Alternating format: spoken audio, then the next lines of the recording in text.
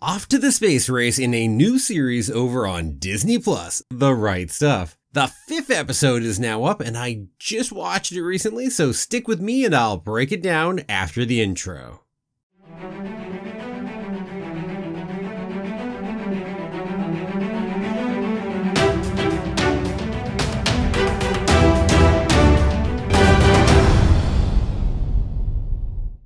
Well, hello there.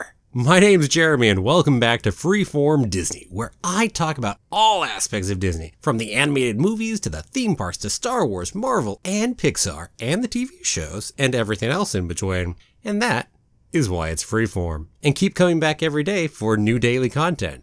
If you're not subscribed yet, don't forget to hit that subscribe button.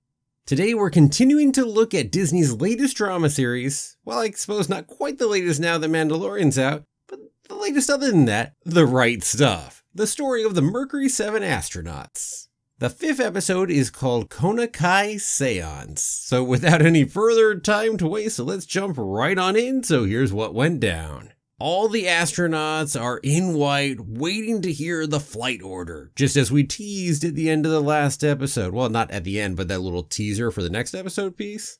And hey, no pressure, no anticipation, right? And unsurprisingly, now we jump to 72 hours earlier. This show has a bit of a penchant for doing this one here. And we get to see Trudy Cooper over at an airfield, which it's neat to see that side, her getting back into the flying. And Jerry Cobb meets with her. Now, Jerry Cobb is certainly a famous person from history too. And apparently here in the episode, she wants Gordo's help to help her get into space. And she's working on putting on together an astronaut corps, a female astronaut corps, I should note. And that leads to an interesting conversation between her and Trudy. Really, the whole, what do you want, Trudy? You really just want to bake cookies, be an astronaut's wife? Or you actually want to, do a little more? A little ego stroking for Trudy, shall we say. Well, off to our astronauts. We see Alan Shepard still having some hearing problems, so we're keeping that one alive. I'm sure it'll come back to haunt us later here in the season somewhere. And we're off at some kind of party going on for the astronauts, whether it's just rich people, business people, politicians, whatever it is exactly. Point being is it's another event they have to go to. And, well, it's clearly into 1961. We talked about how hard a year 1960 was. And, well, it's hard for some of our astronauts, too. We have an issue here where Wally had a friend die recently. Back to how the astronauts all come from a test pilot background, so they know lots of other test pilots, and that's a dangerous career. You certainly lose people you know that way. Well, anyway, they take off because good old Alan Shepard leads the crew away. And John Glenn looks like he's going to head to the party first. But instead, he actually pops on out, grabs some drinks, and meets them all out on the beach. And this is a really nice scene here for the entire episode. Probably the best scene in the episode. Well, okay, maybe the second best scene in the episode. There's probably a better one later, but oh, this one tempts me so much. Well, anyway. It is nice to see all 7 of our astronauts out on the beach and really get to see more out of the other 4 than we really ever get to see in this series. There was a lot. There was also a nice payoff for the Gordo and Gus scene from the other episode where Gordo really gets serious and apologizes to Gus. And you can see how much it affects both of them, and that was, loved it. And John Glenn, Mr. Straight Arrow, actually takes a drink and shares his story of having almost bought it when he was in an airplane. Because they were all sharing those kinds of stories, considering why they were out there. And it was a nice story, great acting, the emotion in there, and how he, well, just felt nothing when he thought he was going to die. Not at all what he expected. Of course, John Glenn, being John Glenn, as soon as he gets back out of having almost died, takes another plane and goes right back the heck out to go try to save the person he was out looking for. Yeah. And then we get to Alan Shepard, and he's the last of our people we talked to out of the astronauts here and gets to share their stories. And, well, we get a little bit before he cuts himself off because he gets into talking about his father a little bit, how he always wanted to be a pilot, a Navy pilot, and, well, that didn't work with his father, who's an Army man. Well, maybe another time, says Alan. We'll see, huh? There's definitely more coming on that one. We certainly saw it last episode. Oh, dang. Well, anyway, the drinks are finished and that ends our piece here. So John Glenn and Gordo head on back to head into that party thing, do their job, while the rest head down the beach because they sure as hell ain't going back to that thing. Now, we do get a chance for John and Gordo to hang out because they go to a bar first, which is nice. Gordo's really the person we bring as somebody that actually is a friend to John Glenn. The guy who doesn't get on great terms with everybody there, so it's nice to get some kind of connection and see a bit of that. Now, John's drinking water this time at the bar, no more actual alcohol going down his throat. And we touch a little on why John doesn't hang out with the other astronauts, and also his worries that his star has fallen a little since trying to get JFK to the New Year's party, because people were not exactly happy with him for that one. Wonder why. Yeah. Well, this leaves off because guess what? Gordo gets a note because Trudy flew in to go ahead and see Gordo, which, hey, this is sweet. And it's really interesting seeing how close the two have gotten over the course of the series. Even if you know that this doesn't end super well for the two of them in the long run, it's nice to go ahead and see things going well. And then in the morning, she, unsurprisingly, talks about being an astronaut with him. And that soured things really fast because Gordo feels sideswiped and does not respond well, shall we say. Not at first, although he does come around without taking too long on it. But, not the right first reaction to that. Ay, what a mess. But anyway, yeah. But during the middle of the night, one other thing happened because Alan Shepard knocks on John Glenn's door. And he's all, I screwed up. I took a cab to Tijuana in the middle of the night, and I was with a girl in a hotel and saw a flash of a camera. Apparently a reporter and photographer for the San Diego Herald got it. And oh boy, there's going to be a story running the next day. And you just see how desperate Alan Shepard was. And it's intriguing how he came to John Glenn, the person he comes to when this all goes to shit. Well, John, unsurprisingly, says he'll take care of it. And that, hey, no matter what, it means a lot that you came to me, Al. A whole lot. And this is a friendship or relationship that you want to root for, even though you know it's not going to work out. Yeah. Well, this leads to a lot of late night phone calls for John Glenn. And he's not getting anywhere, so eventually he calls Shorty to go get a contact over at the Herald. And, well, ends up getting a hold of the reporter, and then he tries to appeal to the reporter's sensibilities. So think about that last draft of history, the one that doesn't get written. What do you want it to say? Etc., etc. And, well, we find out that apparently it worked. He didn't know it worked until the next day when you see the paper didn't have the story. Yeah, but it's nice to have gone ahead and really seen all of that out of John and just, again, how far he goes. Although, you do question some of that. How much of that is for Alan and how much of that is because he's worried about the program, right? Always kind of your question on what his motives are. And that's going to come to a head here in a moment too. Because John Glenn then goes ahead and calls a seance, which is an important meeting for all of them. So they all drop what they're doing and head on together to go meet. Now, for what it's worth, this is not the first seance that John Glenn called as far as actual history. We didn't talk about it here. Of course, we didn't act like this is the first one either. But he held a few of these where he's trying to go ahead and tell everybody to fall in line because it's John Glenn being John Glenn. Well, this is the first one we see here in the show. And yeah, John's all, hey, you all know I'm a square. And he doesn't reveal who the heck went ahead and made the faux pas the other night. But Alan cops to it anyway and tells everybody. John just gets busy speechifying and trying to get everyone to fall in line. I'm gonna go tell you all how it is. Yeah, that's gonna go over well. You're already a big hit with the rest of the astronauts. This? Yeah. And in the course of all of that, John drops that he talked to Shorty.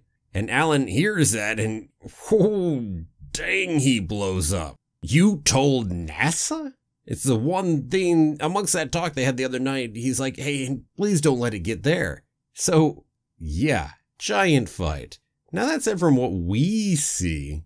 John Glenn doesn't actually say who it was or anything else like that. He's just getting the contact. And if we want the actual history, from what little we know, because we don't know the for sure's and the details, John Glenn's memoir actually says that Shorty contacted him and told him about the whole thing. It's not like Alan Shepard came to him. So that's apparently the actual history, but this is a far more interesting and dramatic way to go about it right here. Well, anywho, we have a big fight between the two in front of everyone else. John Glenn with the whole point of, hey, how we're remembered. Alan Shepard probably representing a number of the other astronauts who just always expecting to die. They're test pilots after all, so they don't care how they're remembered. They just want to live while they're alive. And that's a nice comparison between, well, John and everyone else. And John really gets up on his soapbox and his morals here, because all I'm ever trying to do is to help this group. And Alan ain't taking any shit right there. You're looking out for John Glenn, that's all you ever do. And John makes this big point of singling the astronauts out and saying how much he helped each of them and the Life magazine deal he arranged and yada yada yada. Oh, you are winning big points there, John. Heck, Gordo even pops in and tries to calm things down. And John lashes out at him. Probably the closest ally you got. Oy, oy, oy. Not your finest hour there, John. As Alan says, it's always about the good you did, how good you are. Admit it, you think you are better than me, don't you? And John is so far gone at this point that he is all, oh, I am better than you. And is even goaded into saying that, yeah, I think I'm better than all of you. Because I've saved you. I've saved you all, goddammit. Wow. Damn, man. Luckily, before he goes too much further, he gets interrupted by room service because he had ordered burgers for everyone because he thought everyone might want some. Oh, that's not the duality of the issue with John Glenn right there. Because he does care. In his own way. Yeah. What a bloody mess. So, huge broken trust between Alan and John. And yeah, you know that's not going to be over. And the other astronauts do not exactly look happy with John. Surprise, surprise. Even Gordo at the end there has a little line there. You know what you said last night? Felt your star had fallen? Well, you really found a way to make it rise again, didn't you? Yeah, that's what we're all thinking. Gordo said the quiet part out loud for all of us. This, by the way, would be what I would say was the best scene of the episode. Just the acting in here, the drama, everything coming to a head. It built on episodes worth of what we have seen and just brought that all here to this point. And this was nice. Some good payoff for stuff that happened earlier. Just like that other second best scene had, definitely was also some payoff for earlier stuff. And it's really interesting to compare these two scenes. And that's the other real point and why this episode's well made is that you get these two juxtaposed in the same episode. Anyway, time to finish out the episode, because now we're back to where we were at the beginning of the episode, roughly. So it's time for Bob Gilruth to go ahead and figure out who the heck will be first, who the first 3 astronauts will be. And Gilruth hasn't figured it out for sure yet, so there's going to actually be a vote amongst the astronauts, which will help influence what the heck Bob chooses to do. So you get that peer vote, and everybody has to write one name down other than their own. And well, history will never know for sure what those names were. This did actually happen. Heck, we see Bob burn the papers afterward, and yeah. Now, all this said, by the way, while they're voting, we just love focusing in on John Glenn during this, as he's having a dawn on him and then reflect on his actions, and yeah. John. You go ahead and hobnob and brown nose here and there, and you miss the very people next to you, right? Probably not the most popular. Well, anyway, Bob Gilruth took that information and used it to help make his decision. And, well, we see at the end, he walks in, writes the names on the board, thanks everybody again, and walks on out. Nothing else said. And then we watch all the astronauts start walking out until it's just John Glenn and Alan Shepard left. John shakes Alan's hand and leaves. And then we get to go ahead and see the reveal, which, well, we already know because this is actual history here. What are the 3? Well, John Glenn is number 3, Gus Grissom is number 2, and Alan Shepard is number 1 for the astronauts. And the episode ends on Alan's satisfied face. Good episode. And I really debate whether I like this one or the fourth episode better, and I keep going back and forth on it because there were some individual scenes that were so good last week. Ultimately, I think this one wins out on the whole, as the entire episode is really solid. And it does some things that I've really been hoping to see more of. Such as the drama largely connects back into the space program in one way or another during this episode, which I thought was really nice, as often the drama is much more family-based and not necessarily connected to the space program, but this time that really is where it was coming from. And also, I feel like this has been the best episode for really getting to see the other 4 astronauts we don't see as much, and also the best for seeing the dynamics of the group as a whole. Especially as we get those 2 really good scenes juxtaposing each other, as I commented earlier. Really well done. If I have one biggest complaint about the episode, it's that they keep doing this whole start in the future tease and then working their way back up to that point.